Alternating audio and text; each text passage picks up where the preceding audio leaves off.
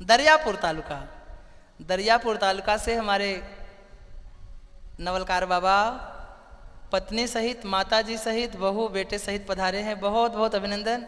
मैं आप सभी को प्रणाम करता हूं। एक बार जोरदार ताली बजाएं आप सभी। यहाँ से लगभग 250-300 किलोमीटर दूर हैं कमालपुर तरोड़ा, और कमाल ही कर दिया है आपने आकर। बाबा के गांव में प्रतिवर्ष श्री गजानन महाराज प्रकट दिन के अवसर पर कथा होती रहती है। बहुत बहुत अभिनंदन। तो श्री शिवाय नमस्तुभ्यम, यह जो महाकाल का नाम है, यह हमारे जीवन के पाप, ताप, संताप, दोष और रोगों को दूर करता है महाराज। अगर आप मन में एक दृढ़ आस्था रखकर, मन में एक दृढ़ विश्वास रखकर श्री शंकर जी की कथा में बैठते हैं, तो आपका विश्वास, आपकी मनोकामना 3 से 7 महीने के अंतराल में पूर्ण होती है। इस बात की साक्षी श्री शिव महापुराण लेती है महाराज। श्री शिव महापुराण की कथा में वह गुण है, वह तेज है, वह औषधि है कि इस कथा को जो कोई भी सुनता है, बाबा महाकाल उसके जीवन के समस्त रोगों को और समस्त दुखों को दूर करके महाराज उनके जीवन में खुशियां लाते हैं, उनके जीवन में सुख लाते हैं। इसलिए हमें बड़े भावपूर्वक बाबा महाकाल के चरणों में बैठकर उनका ध्यान करना चाहिए, उनकी पूजन करनी चाहिए, उनकी श्रद्धापूर्वक आरती करनी चाहिए। श्रीमद् भागवत कथा हमारे यहाँ होती है और श्री शिव महापुराण भी हो रही है। आपने सुना होगा कि श्रीमद् भागवत कथा के महात्म्य में एक प्रेत का उद्धार भागवत कथा सुनने से हुआ है। उस प्रेत का नाम है धुंधकारी। क्या नाम है? धुंधकारी। जिस प्रकार भागवत कथा को सुनने से धुंधकारी जैसे प्रेत का उद्धार हुआ है, उसी प्रकार श्री शिव महापुराण कथा सुनने से प्रेत नहीं, जिंदे आदमी का उद्धार होता है महाराज। जिंदा आदमी का उद्धार होता है। अब आप सोचोगे कि महाराज जी कैसे उद्धार हो सकता है? आपल्या मनात असा प्रश्न येऊ शकते की आम्ही जन्मापासून कथा ऐकत आहो, पण आतापर्यंत उद्धार झाला नाही, असा प्रश्न येऊ शकते। बरोबर आहे आपला, पण तुम्ही मला एक गोष्ट सांग, जेव्हा एक टोकरी राहणार, टोकरी म्हणजे ज्यामध्ये तुम्ही ठेवता काहीतरी, तो अगर आपको किसी ने कहा कि इस टोकरी में गंगा जी का जल भर के लाओ और ये बाल्टी भरो, तो आप टोकरी को गंगा जल में डुबाएंगे और टोकरी उठाएंगे, तो क्या जल टोकरी में रहेगा? सगळे जल काय होणार? नीचे पड़नार, खाली पड़नार। तो अब आपको लगेगा कि टोकरी खराब है, ये टोकरी में जल नहीं आएगा।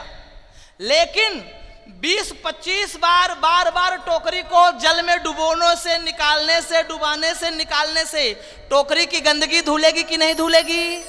टोकरी साफ हो जाएगी कि नहीं हो जाएगी? भले ना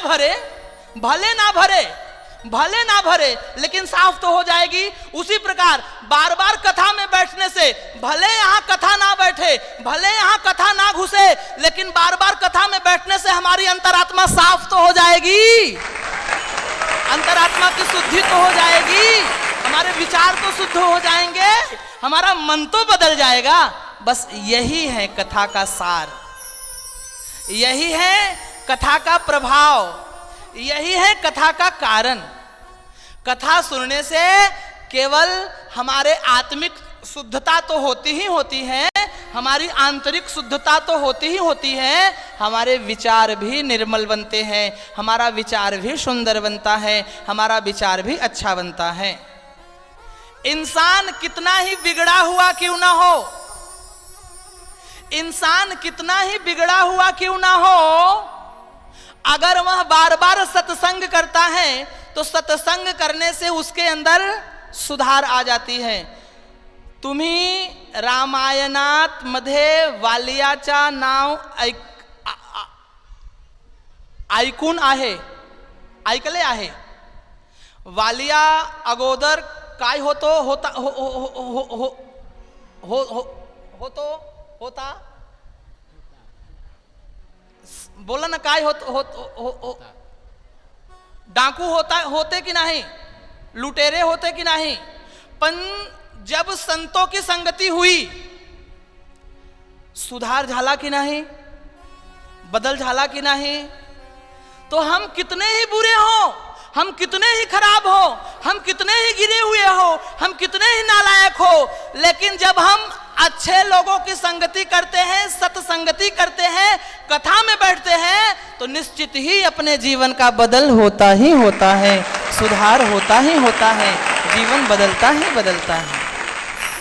इसीलिए जितना हो सके उतना हमें अच्छे कर्मों में लगे रहना चाहिए, उतना हमें सत्कर्मों में लगे रहना चाहिए। महाराज, हम जितना अच्छे कर्मों में रहेंगे उतना अपने जीवन का सुंदरीकरण होगा। महाराज, यह कथा शुरू हो रही है नैमिषारण्य में।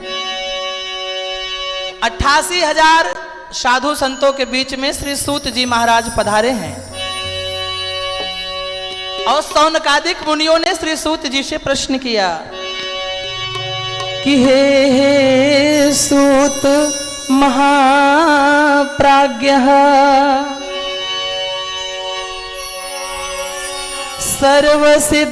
सर्वसिद्धान्तवित प्रभो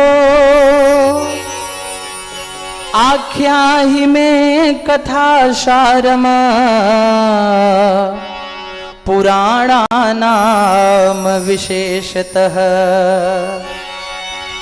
सदाचारश्च सद्भक्ति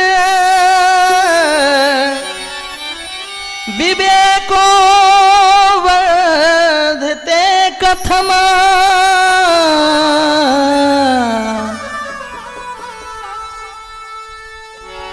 स्विकार निरासस्य सज्जनैः क्रियते कथम। श्री सौनकादिक मुनियों ने कहा कि हे सूत जी महाराज, हमने आपके मुंह से राम कथा सुनी है, हमने आपके मुंह से भागवत कथा सुनी है, हमने आपके मुंह से गणपति पुराण सुना है, हमने आपके मुंह से ब्रह्म पुराण, कुर्म पुराण, नाना प्रकार की कथाएं सुनी हैं, लेकिन आज कोई ऐसी कथा सुनाइए जिसको सुनने से हम सभी का उद्धार हो, मानव जाति का कल्याण हो।